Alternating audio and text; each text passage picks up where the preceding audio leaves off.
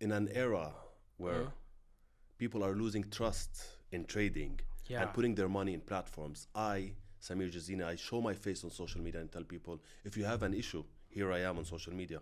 Come and talk to me personally. When you sit in a Ferrari, close your eyes, hold the direction, the direction. Yeah. Okay, you hold it and you feel it.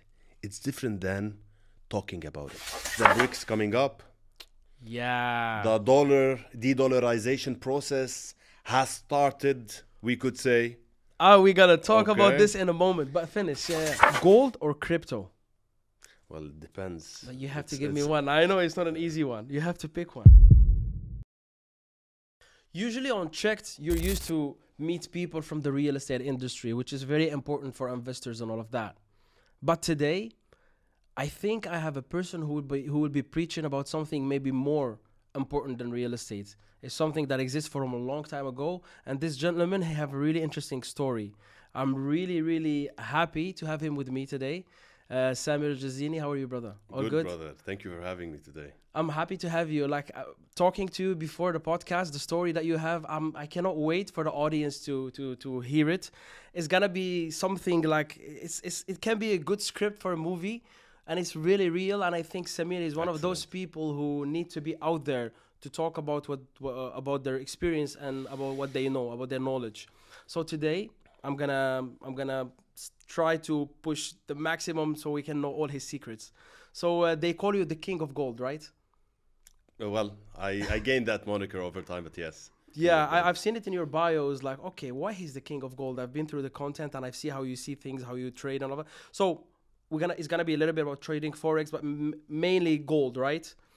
But before we will talk about the story and all of that, I just want for the audience to know about you, who you are as a person, and where are you at as of now, as a person in Dubai, let's say, as a businessman, if I might call you that.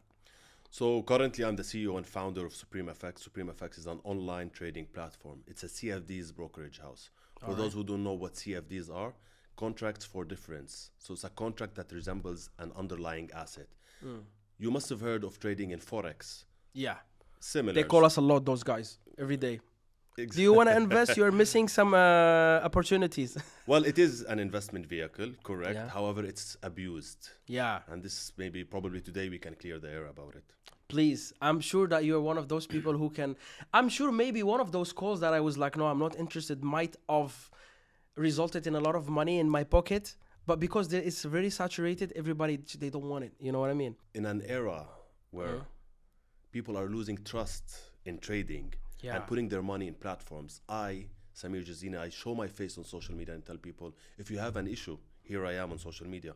Come and talk to me personally. So I try to mentor people, and I try to show that trust, that look, I'm here for you, your money is safe, you have nothing to worry about your deposits and your withdrawals. Yeah. Plus, the beauty of this platform, it's 100% halal. So we offer swap-free accounts. Swap is the interest rate paid overnight.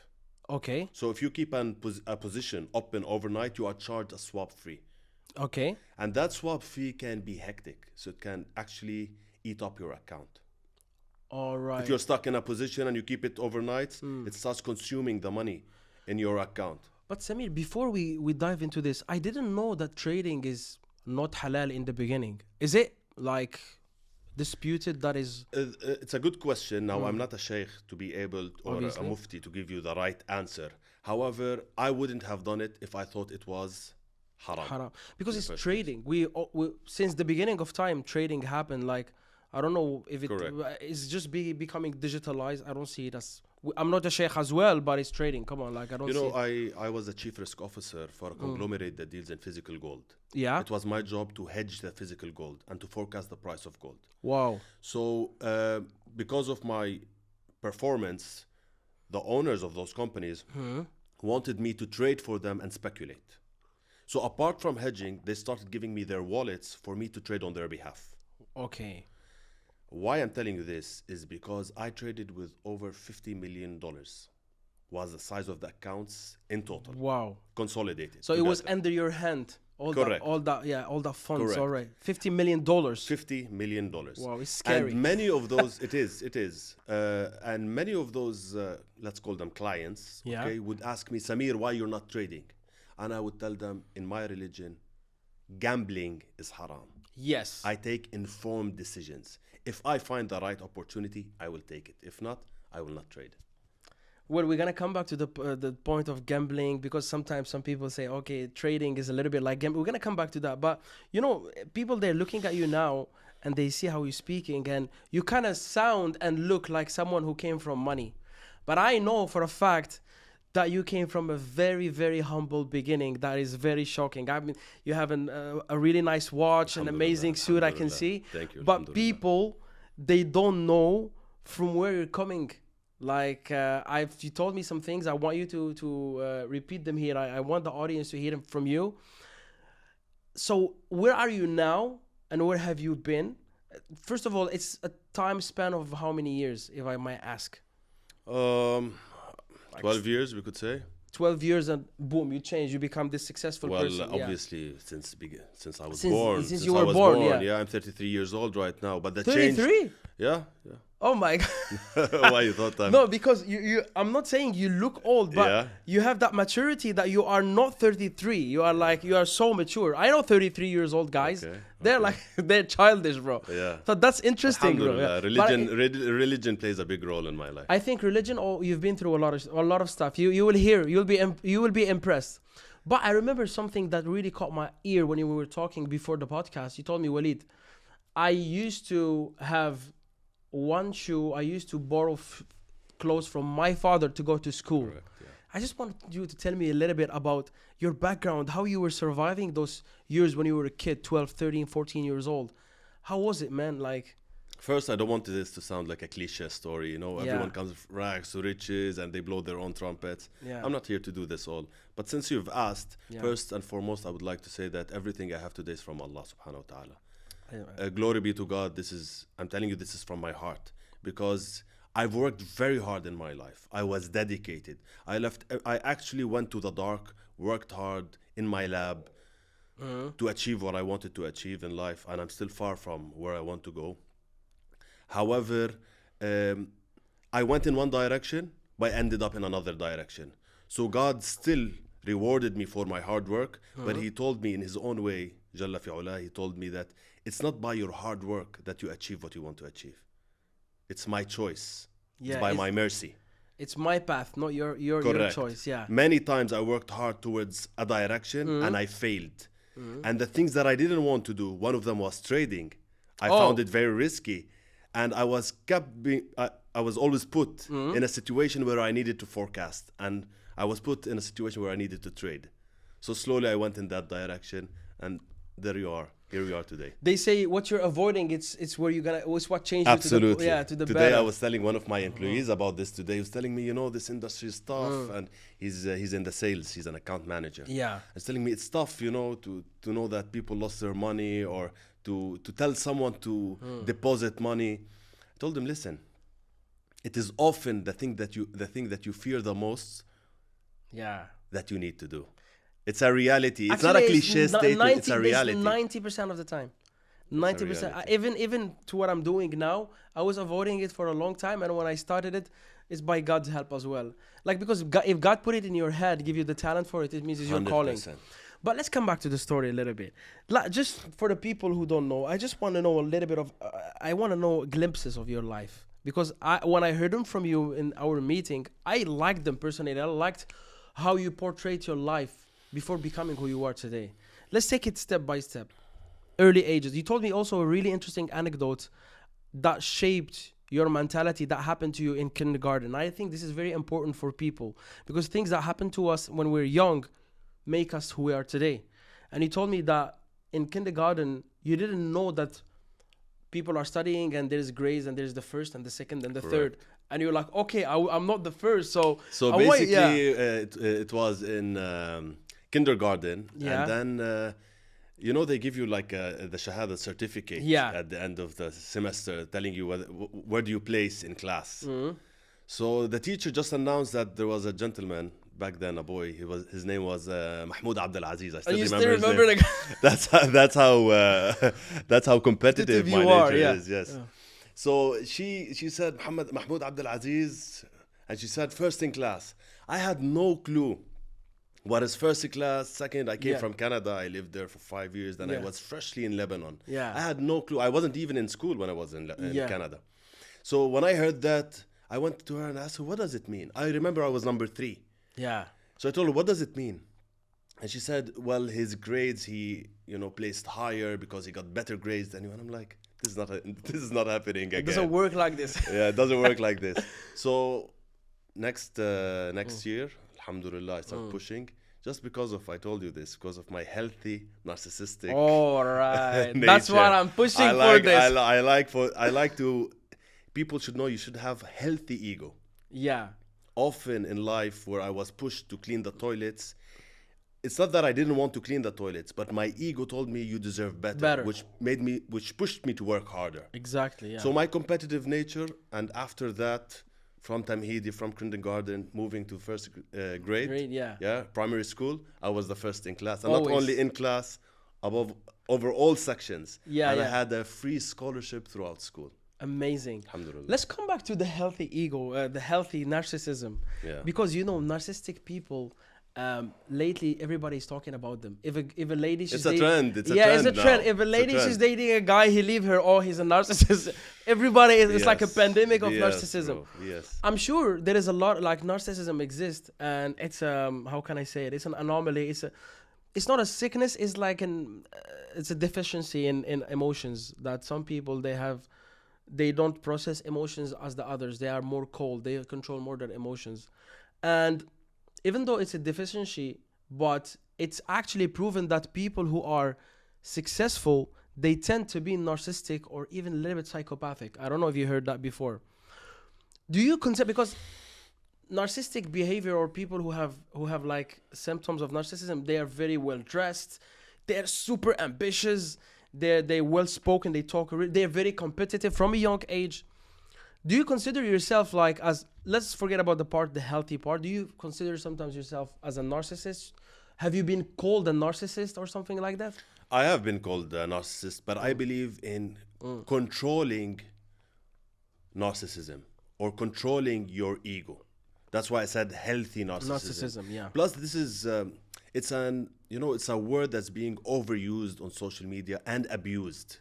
Yeah. Okay, like it's become a trend. Oh, he's a narcissist, like you said. It doesn't work that way. Look, something very important I heard from one of my mentors. I studied the greats growing up, and I was influenced by Alexander the Great. Yeah. And I saw that he had also mentors, philosophers around him. So I kept around me a mentor, okay, who was a professor, a psychologist. And I always went to him when there was something in business that I was in doubt. I always like to take a step backwards and see from outside the curtains, because when you are in the emotional circle, you take emotional decisions. Yeah. So if I'm angry, I would take a decision that might not be fit for my my business. So I would take a step back, consult someone. Usually it's my brother. Sometimes it was the mentor I'm telling you about. And he told me something, that we all have 5 traits. One of them is obsession. He characterized me as an obsessed nature. And he said, it is not wrong to be obsessed. It's how you channelize it and how to use it. If you put shawarma sauce on shawarma, it tastes good. If you put it on a cake, this is very bad. Exactly. I get your point. So you have to see how to channelize that energy of yours in the right direction and use it for the right purpose. So if you have that ego, but you know how to control it, tame yourself when you need to be tamed. Channelize it in the right direction. Just like I said, I didn't want to sweep floors. Okay, I wanted to be the boss. So I worked hard for it. But doesn't mean when I have a conversation with you, I try to dominate the conversation with you. Yeah. You're not the person. You use that in only in business in achieving your goals, but with your human relationships, Exactly. you come back to a normal person. Maybe you learn from people. Exactly. But I think also it takes a little bit of maturity. With time, you acquired this. Wisdom, well, only a fool thinks he's wise enough. Exactly. Okay, but I believe with time you gain some wisdom, and any spiritual, guidance from whatever religion it is, I think would put you on the right track. Yeah. Because I'll say this very briefly, very interesting story. Please. I was agnostic for 5 years, so I studied a lot of religions, some kind of theology where I was comparing religions to each other. Yeah. So I read a lot about the Kabbalah, about Islam, about Christianity, about Jews. And something I liked about in the Kabbalah, they mentioned the story of Adam. Mm-hmm. Okay, and there's a story where the Satan, he was a chosen angel, right? Yeah. Well, Somehow. a fallen angel, but He was to a us, chosen entity. correct. Somehow, yeah. He is from the jinn, so he was made from fire, but he yeah. was in the ranks of the angels. Exactly, He was the yeah. closest to God. Yes. But in stories, they say fallen angel. Yeah. I don't want to be specific to one religion. That's all I'm trying to do. So he was in the ranks of angels. He was close to God. Direct phone with God. Yeah, direct contact. Direct contact. Wasta. Exactly. Yeah. And when God asked him to bow down to Adam, he refused. He said, I'm from fire, he's from clay. Yes, he didn't like it. Look at that arrogance and ego there. This shows you in life, it's very emblematic, that it shows you in life, often you are in a very high rank. Yeah. But when you have arrogance and ego, you will be damned and you will fall. Actually, I agree with you 100%. I've seen a lot of arrogant people falling. You know what I mean? And to come back to your story of the falling angel and all of that, I think in this text, it's true. It's saying a story is. Some people think it's a mythical story. We as Muslims have to believe it to be the story that happened, but there is a hidden message behind it, and actually that's the hidden message behind it. Correct. That's what God wants to tell us through that story. That the arrogance of this entity who I praised, who was from fire, because he was arrogant to something I created from clay, he lost everything. And sometimes we meet someone who's lesser of a status from us, and we are arrogant with them. Something bad happened to you that next week. Absolutely. Anyways, so I'm happy we cleared the point of narcissism, and I think spirituality is what made you who you are now, because blending those two made you who you are now. You can control it, shut it down when you want. You can shut it off or turn it off when you want. Well, to a certain extent. Yeah. Okay. So there is also something interesting you told me, is that you had a phase.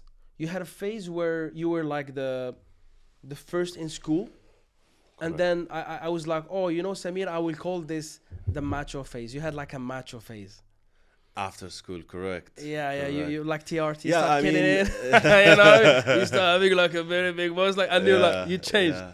So because of the competitive nature I had throughout school, first, so I wanted to be the first in class, because to me that was the competition. Yeah. Growing up, testosterone kicks in. skyrocketing. Yeah. Okay, I started to see there's a different game to play. So I started to see that, okay, now there's a different competition.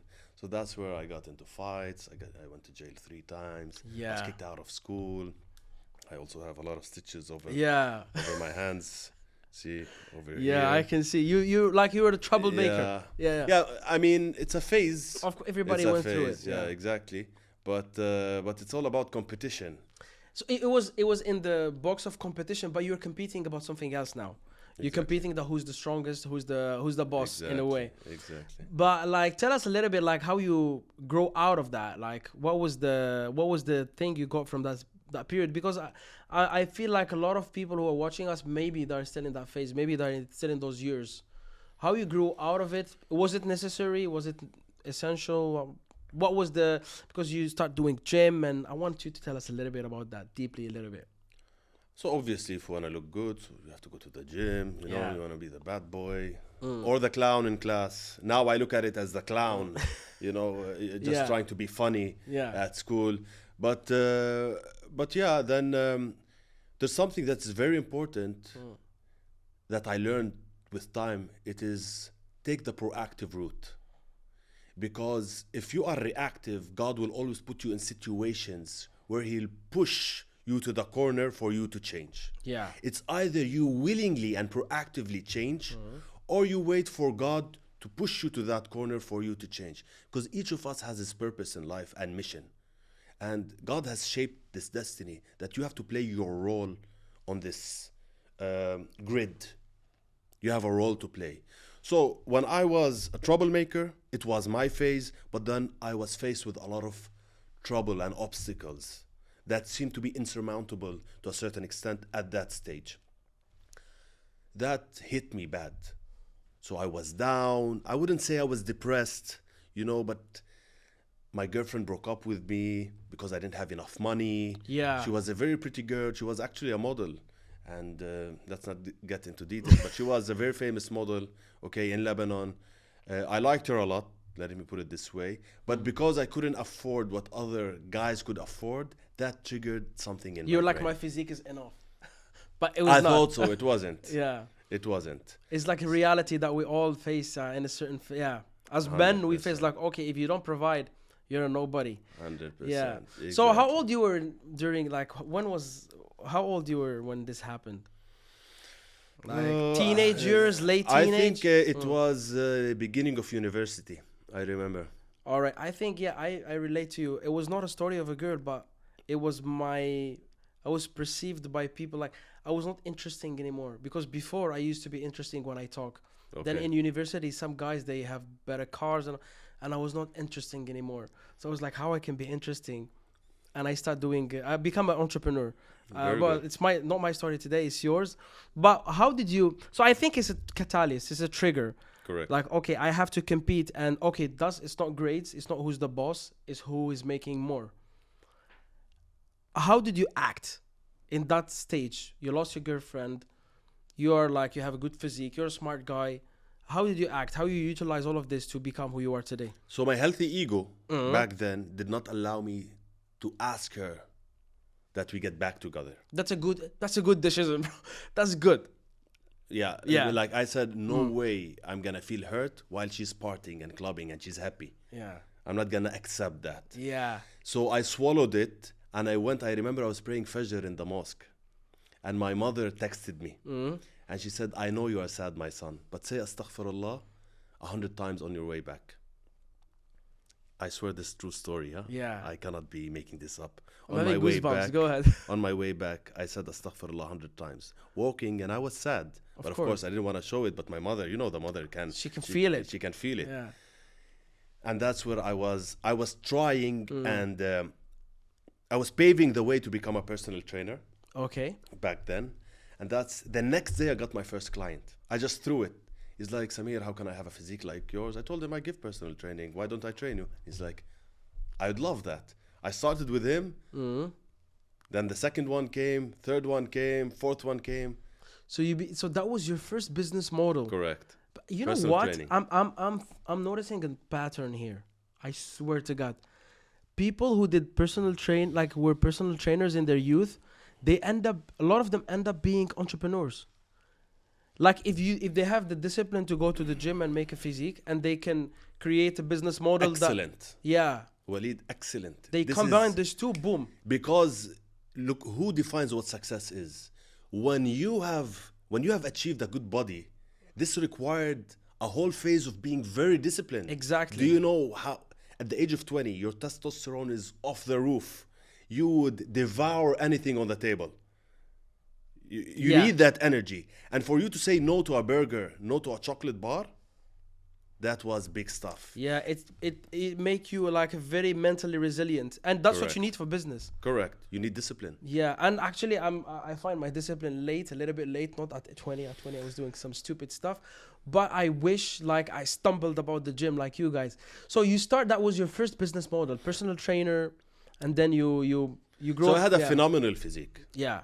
I'm not blowing my own trumpets, but I actually had good genetics. Yeah. Very good genetics. I mean, it's I had obvious. the small waist, the big chest, big shoulders. I didn't have any weakness except in my calves. Okay. Well, that's the problem with not in my thighs, in my calves. Yeah, the calves are always a problem. They're always a problem, especially for tall guys. Tall guys, yeah. By the way, sorry, just Yeah, go ahead. there is no solution for the calves. I don't know. I know people who put This oil thing. oil things like Vitol and silicone and stuff like that, but that is disastrous. Yeah, it's bad. Yeah. Disastrous. So yeah, how you scale that personal trainer? I'm sure, no offense for personal trainers, but personal training is very hard for them to have the money that you have today. How did you scale that? So basically, I was telling you, I had a very unique selling point. It was not only the way I looked, but also. So you're telling me that your look attracted clients? Exactly. Obviously, yeah. Exactly. And I took advantage of, to a certain extent, you see, I came from Saida. So it's not the best developed city in the world. So you don't need to reinvent the wheel. So I would see what others are doing, like in men's physique. I used to watch a lot of those competitors, and I would try to implement it in terms of lifestyle, coaching, my presence on social media. Okay, that's good. At a very early age, yeah. It was Facebook by then, I think. Facebook. Yeah. Facebook, correct. So I started posting, and I had a couple of nice shots, which attracted a huge amount of people back then. Long story, I don't want to dig deep into what happened, how I lost my page, and how my ex-girlfriend took over it. And so she came back again. No, this is another one. You have to keep up. Okay, what about the first one? After this, I revenged in my own way. Yeah. Okay, tell me later after the podcast. I'll tell you after the podcast. That's very. But she regretted it. She did. That's good. She did. All right, then.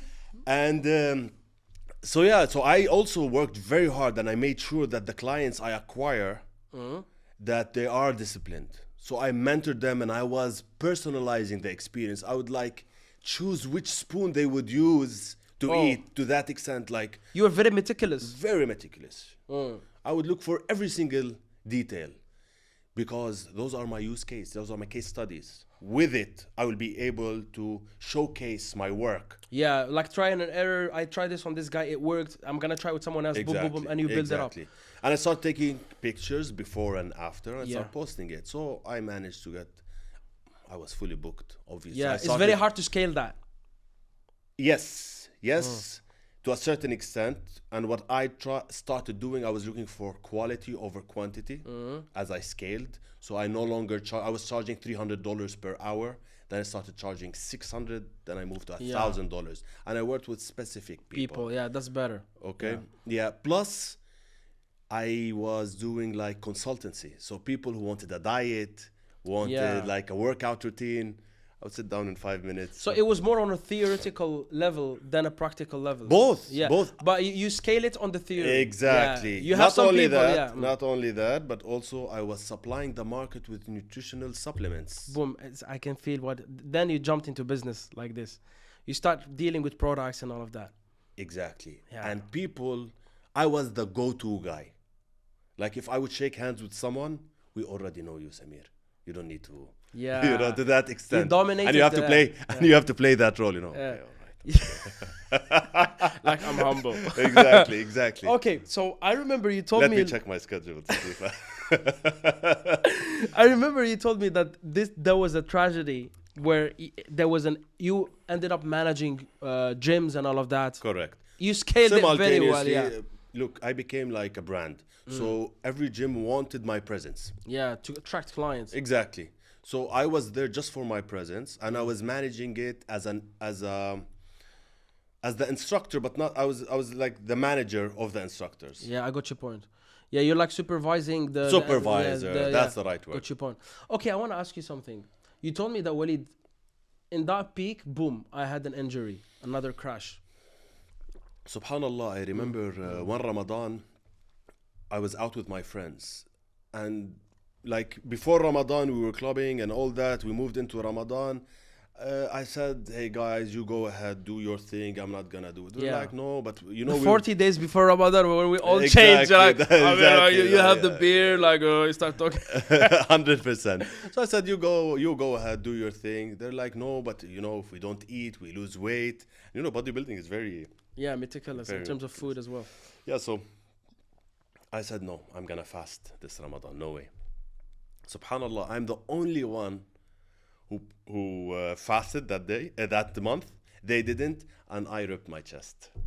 You think it's because you fasted? No, but I'm not. This is not the. That's not the moral No, of the that's story. not the moral Like of the God story. wanted to, okay, now he did something good. Let me take him to a better place. Yeah, and for us humans, it's like, oh, it's bad. What's this? But wait, you will see. Exactly. All right, then what happened? I really want this part of the. I'm excited So to I hear got the next thing. I was No, bench pressing, All right. and I was a strong guy for my age. Obviously, I was using a lot of I mean, supplements. now you're fit as well, but I imagine you were bigger. I was bigger. Now yeah. you're like you're a fit guy. I do boxing Yeah. right now. I've been doing boxing Yeah. for over 7 I've years. seen so. some stories. Yeah, you punch, man. You have some punch. Yeah, I've seen that. But what I want to know, you told me, Walid, that when I had the injury, my trajectory changed, and you even left the country. You're not in Lebanon Correct. anymore. I just want to know how that happened. So when I got the injury, subhanallah, I was devastated and frustrated, just like any human being. But but something inside me told me that inna ma'al usri yusra, like this happened for a reason. Say inna lillahi wa inna ilayhi raji'un. So I kept on saying that. By the way, inna ma'al usri yusra is after hardships. With hardships comes ease. comes ease. It's Yeah. not after. It's With exactly. Yeah. So when this is very good in business, by the way. Even till now, I use it. Even in my trades. Yeah. When I am stuck somewhere, I say it's my attitude towards the problem, and it's not the problem itself. Because with every obstacle, there's an opportunity. True. I just need to turn around the table and see it from a different angle and see how to take advantage of it. Because it might be a better thing. It looks like a bad thing, but it will lead to a better situation. 100%. It's a pattern actually I notice in my 100%. life as well. And if you have the positive attitude towards that problem, you will come out of it profitable. Yeah. Injury happened. You were in a transition of your life. Yeah, so from there I got an opportunity. Someone actually looked at life. Someone knocked my door. He called the entry phone. You know, back then you would call, I don't know, does it still exist? Where you can call from downstairs from yes, the it's entrée? still in some buildings, yeah. Yeah, so in Dubai, I don't know, but no, even in Dubai, yes, it still okay, exists. so he called, he says, is this Samir Jezzini's house? I said, speaking, go ahead. His name was Ahmed Al-Zarif. Okay. He says, may I take 5 minutes of your time? I told him, come up. He says, I have a job opportunity for you. I was doing well in Lebanon. Don't get me wrong. Imagine if I had 20 clients, even if I was charging $500, that's $10,000 a month without selling nutritional supplements, without consultancy, without managing 2 gyms. So for my age, at 20 years old, coming from stitching my shoes, wearing my father's clothes, to gaining over $10,000 a month. It's a big.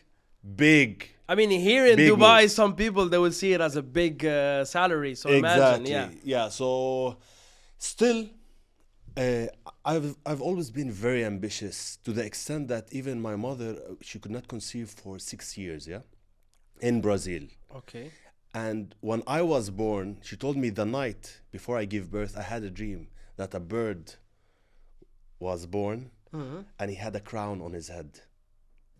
And she told me that she spoke, although we don't believe in it and it's absolutely haram, but she was desperate and she spoke to a fortune teller. Yeah. She told her, you will have 3 kids, 2 boys and 1 girl. Don't worry.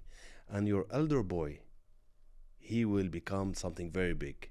And you're the elder. I am the elder. But regardless, right or wrong, now we are 2 boys and 1 girl. Yeah. Okay? And also, We that are. came to be true. Yeah. Came to be true. But this is not the moral of the story, is that whatever your mother plants in your head at a very young age It will plays a big role. You subconsciously start seeking it. So you think the story, because she told you the story, it happened. She used to always whisper in my ear, telling me, revenge for me, my son. I want to see you big. I want you to change our lives. She always had faith in me. I've seen the story with you and her. Correct. Yesterday I posted. Yeah. Yesterday I felt like posted. you have a very strong relationship with her. Yeah. It's our mothers, like the most important thing in our lives as men. And even for the ladies, like we were talking about it before starting the podcast, by the way, with Angel here. So yeah, go ahead. Yeah, so he knocked the door. I first took it as a joke. Long story cut short, I took the opportunity. I traveled to Africa. It was in Kenya. I became a recreational manager there. I was also a personal assistant to the chairman of the group of hotels. I think there where you saw the big buck. Ooh, you're touching millions from playing around. Look, as ambitious as I was, when you sit in a Ferrari, close your eyes, hold the direction, the direction. Yeah. Okay, you hold it and you feel it. It's different than talking about it. Because you are there. You are there. You live in it. You live in it. So saying I am ambitious and flying in a private jet, seeing diamonds on the table, moving with 5 police cars behind you, people, saluting you as you pass by because of the people, of course, yeah. I'm with. Inshallah, one day, you and I, why not? I'm sure. Inshallah. I'm telling you. Yeah, it's a whole different ball game. Yeah. It's a whole different sensation. So there I knew that there's much more to life than $10,000 or $15,000 a month. And you learned that in Kenya, of In all Kenya. places. Well, you'll be surprised what's there's- there. I'm What's sure. there in Kenya? I'm sure You'll be it's like a surprised. rabbit hole. I mean, I worked in Louis Vuitton for 3 years. I know that those people that come from Africa, they have a lot of cash, man. Exactly. So so I went there. My rebellious, again, healthy narcissism and healthy ego nature did not allow me to accept to work for someone and someone to tell me, go, come. That really pissed me off to the extent that I had to resign. You don't like authority. Oh my God, you resigned. Yeah. After 9 months. Maybe you were not treated how you liked. And Now look, there's a difference in culture. Coming from Lebanon, you are used to one style of communication. Exactly. When it's a multicultural, when you meet expats and you meet people from India, from Kenya, from different areas, from Africa, you would know the diversity. And the way they communicate is completely different than how you and I, or probably Lebanese people, are used to. there is no sugarcoating. Look, that is very go. personal. Yeah. Exactly. Maybe There's no please, thank you. In Lebanon, we are very particular Yes. with that. If someone doesn't say thank you, we would give him the middle finger in Lebanon. It's very... I mean, even you guys, when you speak, your language, the way you speak is filled with compliments and habibi. Yes. And min anaya. Yes. That's why at least we expect something in return. I mean, that's why you're the first people in hospitality worldwide. You're hospitable people. Correct. So, yeah. Correct. Yeah, so going there, it was a bit frustrating for me, but I had to learn. Again, with hardship comes ease. Yeah. I resigned not because I thought it's a tough job. Not at all. I was excelling in what I do. However, I wanted something more to my life, especially when seeing what I saw there. It was shocking. You'll be shocked, bro, how much money there is in this world. It's like there are oceans you just need to tap into that ocean. Just sometimes we laugh, my brother Jalal and I, we say we just need to scoop.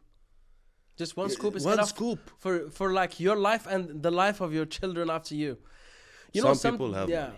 The problem with a lot of people is limitation. For me, I never seen a big pool of money, except when I start working in Louis Vuitton. So before working in Louis Vuitton, I thought there is less money in the world. But you have to see it. Correct. You have to count $300,000 for a client just for just buying few bags, and you're like, absolutely. It's my life. That maybe all my life I will not be able to do this money, and this guy is finishing it in one day. So you'll understand.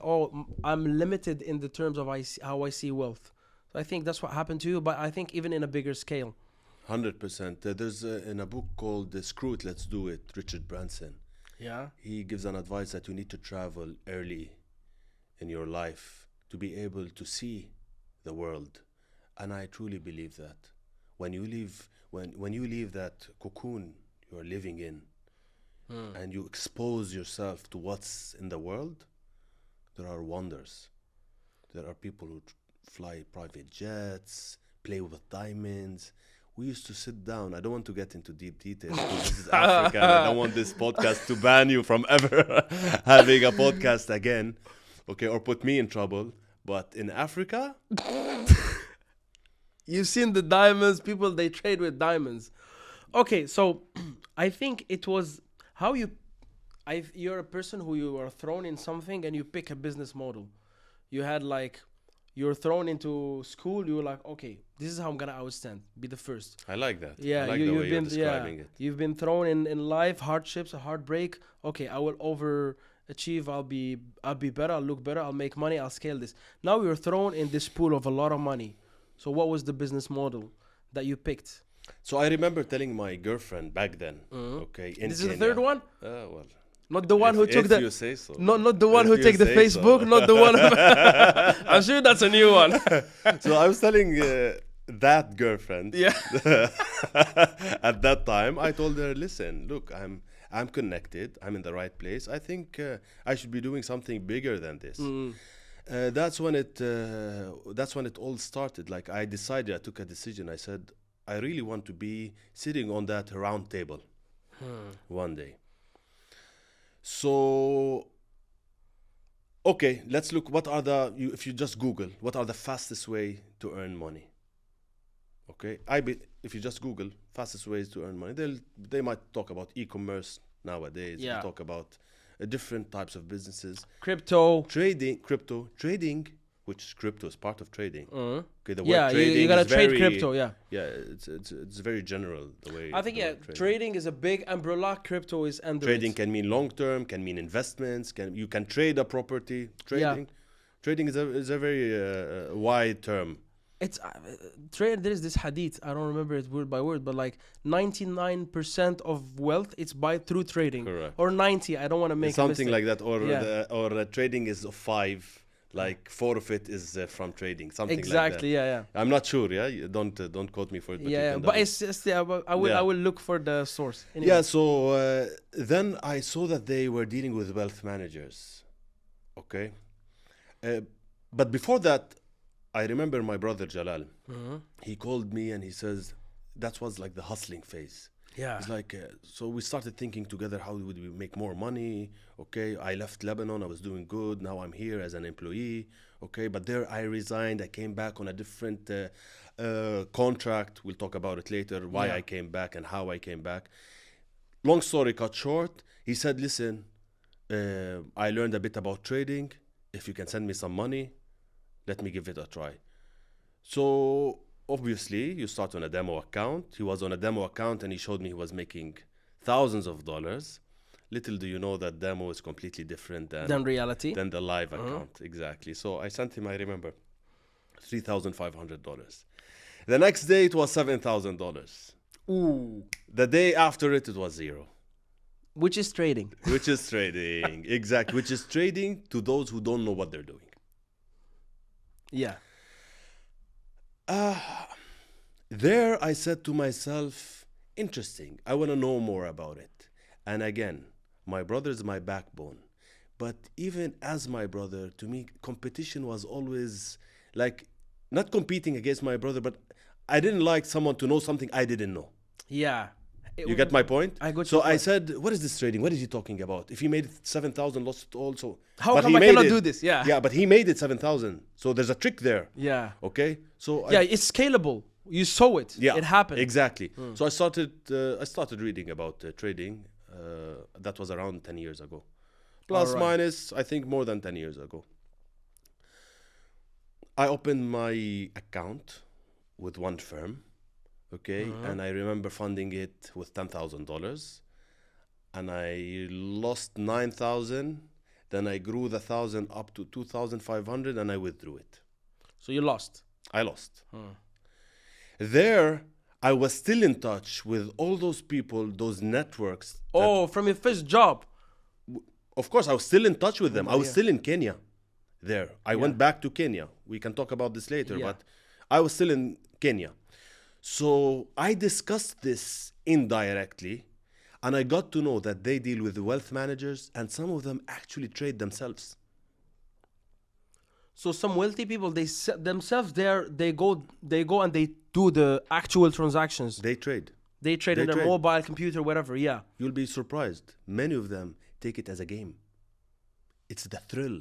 They wouldn't say it. They would say they are trading. Yeah. But they are captivated by that thrill. Yeah, it's that thrilling. spike, that spike of dopamine that Yeah. you only get through illicit activities. Actually, I felt it once in Dogecoin, and then I lost everything after. But I know, like, oh my God, it's going up. I love that. Oh, that thrill is very. There's a study actually. I was watching Netflix. I think the documentary was called Brain, something like that. I'm not sure. Yeah. Yeah.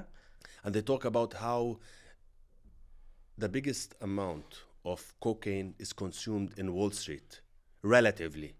Yes. Okay. Because the sensation of making money is equal to that of sniffing. Actually, yeah, the dopamine levels of you seeing that goes up is equal as if you had a hit. Exactly. Yeah. So they need to compensate. Compensate. Yeah, because when they lose, they're like, let me get a hit. Yeah, so I can stay there. There it is. They want to stay there. You see, so it is very addictive. Yeah.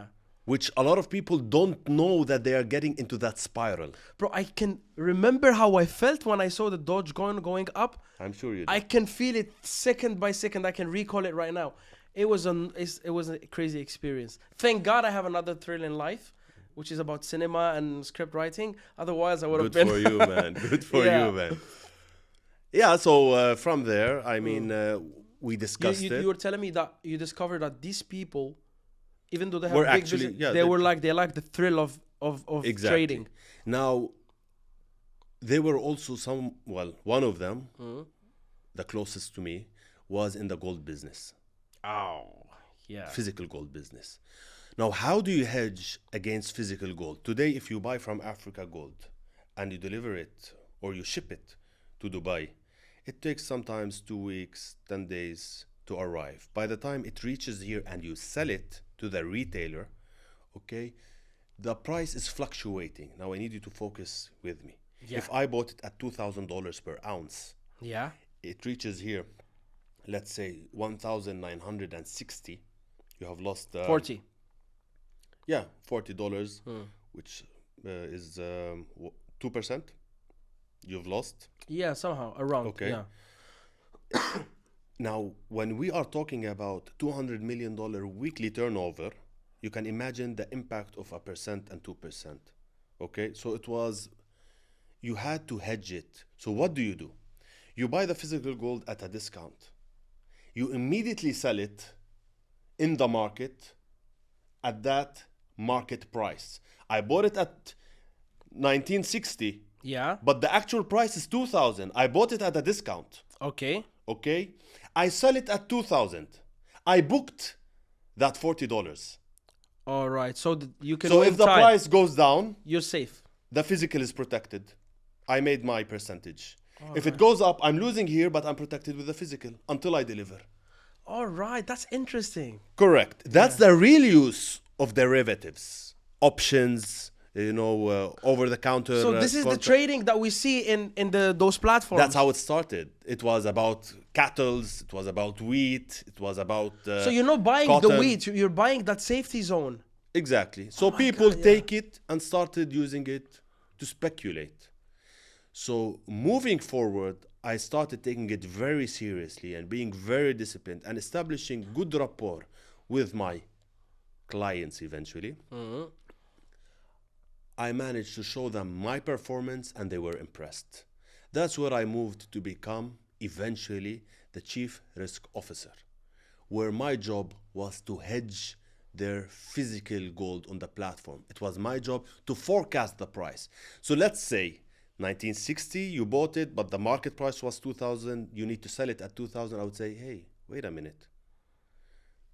The price might go to 2010. We can short it there. We can sell there. I would make another $10 benefit. Yeah. So they would depend on my calls to hedge the physical gold.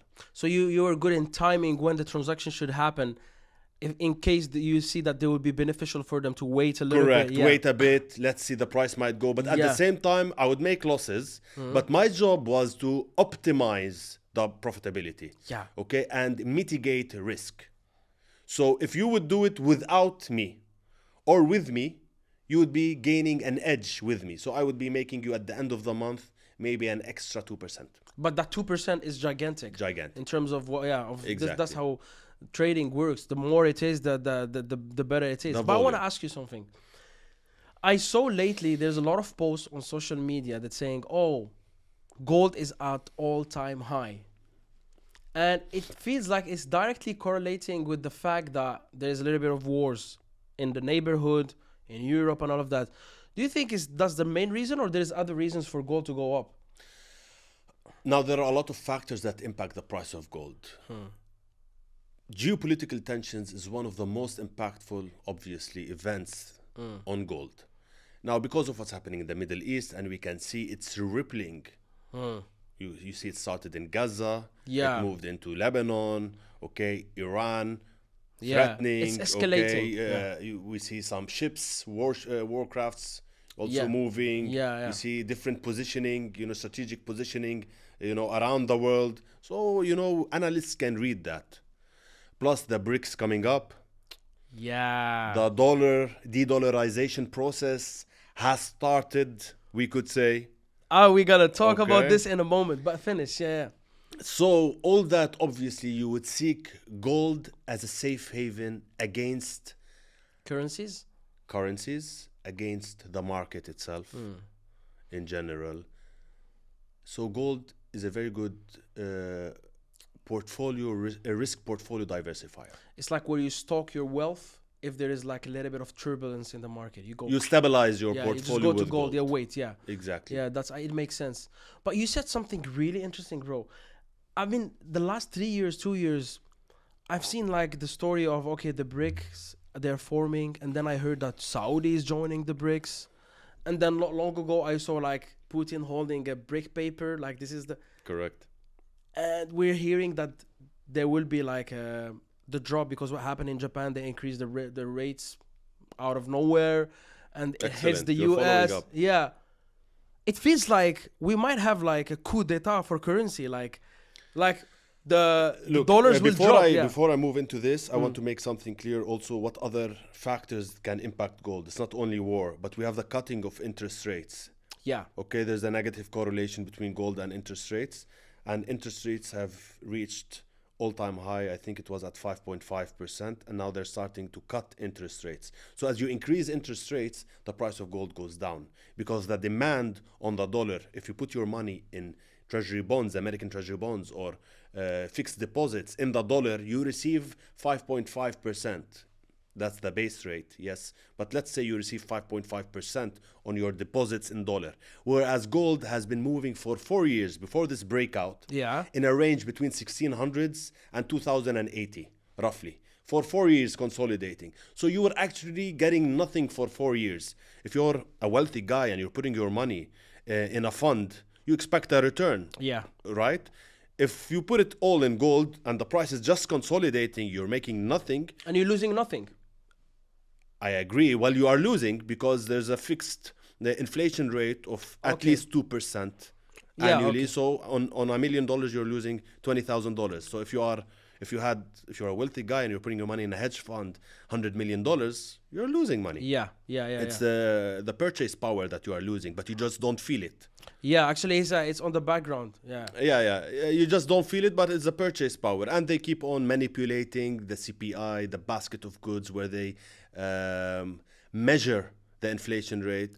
So there are multiple factors that can impact gold. Moving to BRICS, and the de-dollarization, something very important that, yes, the process has started. Even the basket of currencies, yuan has joined recently. I think it contributes 1%. I could be wrong. I haven't updated my information about that. So it shows that the yuan, the Chinese currency, is a very strong, is a very big factor, man. Like correct. Chinese is correct. And something else also that the GBP was once also the reserve currency. What do you mean by GBP? Great British Pound. Oh yeah, so it's okay. Great Britain pounds, pound. Yeah. The pound. So but the pound is not as. It was. Yeah. the world's reserve currency before Before the dollar. dollars. I'm talking And a before long time. that, it was the guilder. And before that, we had the Roman coins. Roman coins. Yeah. You can see. I mean, in evolution, historically. And it took when they expected the GBP to collapse, it took them years. Yeah, it hits a lot of cuts, and then it will happen. Exactly. Eventually. So you don't think when people start saying dollar is collapsing, de-dollarization, Slow down, trillions of dollars of debt. It's not. It's a process. So let's do the challenge. So look, this challenge, it's designed for you specifically. Okay, excellent. So it's the this or that. I don't know if you've seen one of my reels, this or that. Like when I say Shoba or I'm Imar. surprised you knew about my. I didn't. Are you following my Instagram? Of course. Didn't see that. Okay, I'll follow you back. Sorry, I didn't see your. But maybe you have good following as well. You have not good bad. following. Around But I have 30,000. better engagement. Yeah, I have a crazy but my engagement. engagement is not bad. Yeah. It's not bad. You have a good following, amazing Yeah, following. I Because have you're very also- niche as well. You're very niche. Correct, So yeah, correct, this is why. All right, this or that. So I'm gonna start with an interesting comparison: Rolex or AP? AP, Good. Gucci or LV? Gucci. Gold or crypto?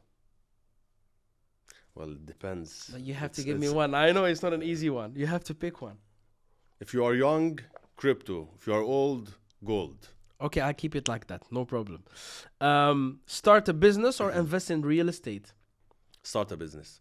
Real estate doesn't make you rich unless you're flipping houses and.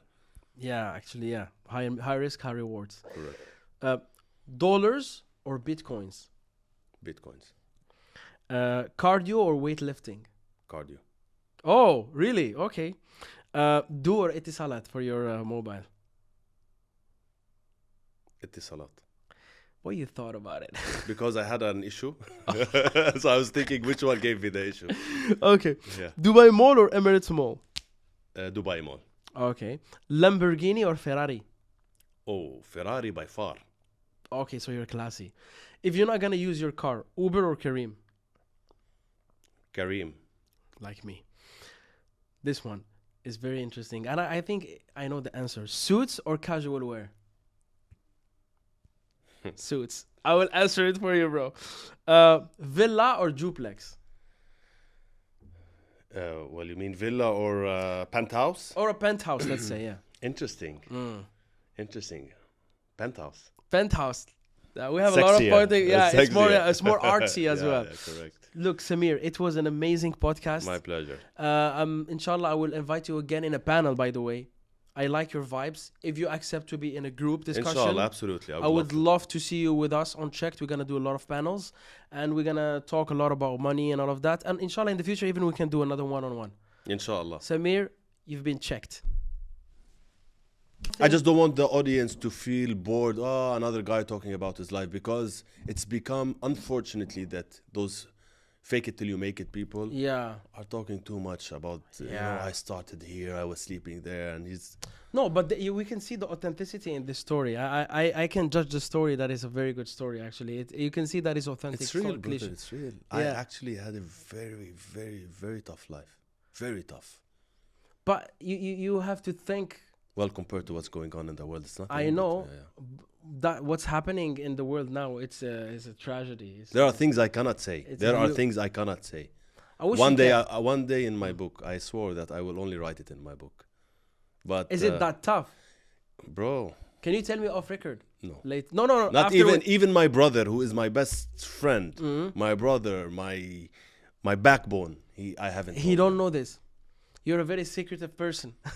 I want to write it in my book. So did you start writing the book? I'm already looking for someone to help me, because how to structure it. How to structure it, because I haven't started writing, so I want to know, is it how you write your book nowadays? Actually, it is. Or is there a ghost writer? Or no, so you write your book, and then you work with an editor. So the editor will rewrite the book with the correct writer way, you know what I mean? But you have to put your essence into writing it. Actually, I can hook you up with Anthony. He did the same thing. He wrote the book and he worked with an editor. He can even hook you up with the editor. Great. I will start with a trading book. My first book I will launch is trading, which I'm working on. Okay. The second one will be about my life. Cool. Inshallah, by then I'll be a billionaire. I'm sure. I'm sure. I'm not gonna ask you how much money you have in your bank, but I'm sure you're gonna make it. I trust on. I trust you. I trust actually. in Allah.